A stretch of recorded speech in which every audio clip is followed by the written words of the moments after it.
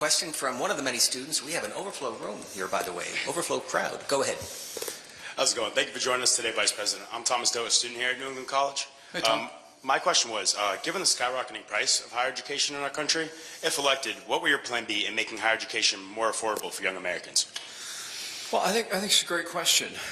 And I can personally attest to the skyrocketing cost of higher education, having put 3 kids through college in the last 10 years, right? But let me say the one thing I won't do is what President Joe Biden tried to do until the Supreme Court slapped him down. I'm not going to use some invented unconstitutional authority to take the taxpayer dollars of truck drivers and construction workers and use it to pay off the student loans of graduate students. I'm not going to do that. All right. But what I'd like to do is I'd like to encourage through the literally hundreds of billions of dollars that the federal government invests in education, guaranteed student loans and Pell Grants and the like. But I'd like to encourage higher education to continue to innovate.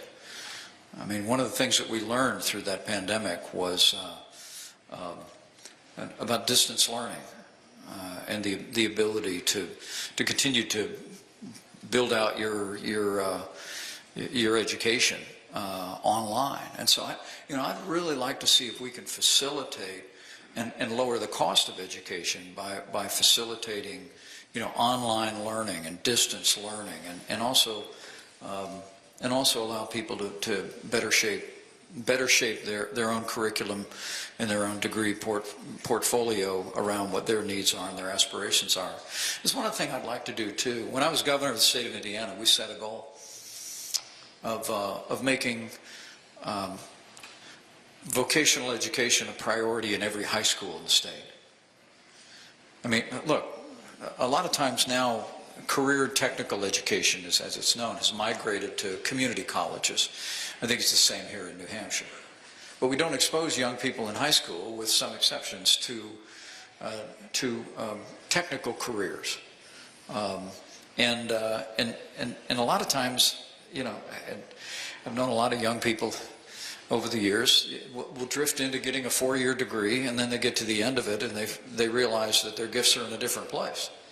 I had a guy tell me one time when we pushed this, I met up with him at an electrical workers union apprentice shop, and he thanked me for what we were doing to bring vocational education back to high schools in Indiana.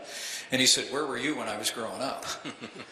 And I said, "What do you mean?" And he goes, I graduated from high school. I just kind of went off to college. I got a 4-year degree. Next thing I knew, I was working in retail. But then I was remembering that when I was growing up, I loved electronics. I had these kits that you get, at the toy store, putting stuff together. And he goes, some friends told me I ought to go check it out. I ought to go see what kind of programs we have. And now, he was working with the electrical workers union and loving it, loving life. It's where his passion was. And I think that's another way that we avoid people pursuing maybe a 4-year degree that actually, would be much more content and much more successful in their own right if they were able to pursue an education in the career and technical space, if that resonates with you. Because look, I don't believe that there's a plan A and a plan B for kids growing up. I believe there should be 2 plan A's, and education ought to help you just discover what your passion is, what your ability is. And somebody says, well, but if they don't go to college, they may end up being a plumber and an electrician.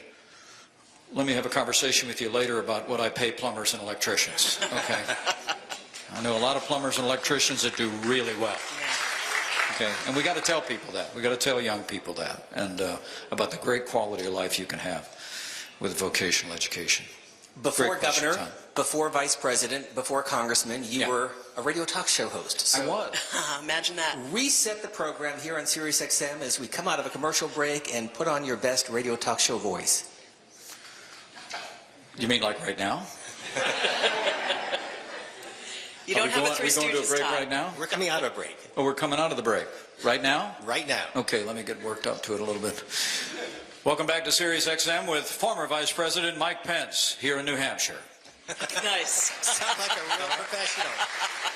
I'm a little out of practice.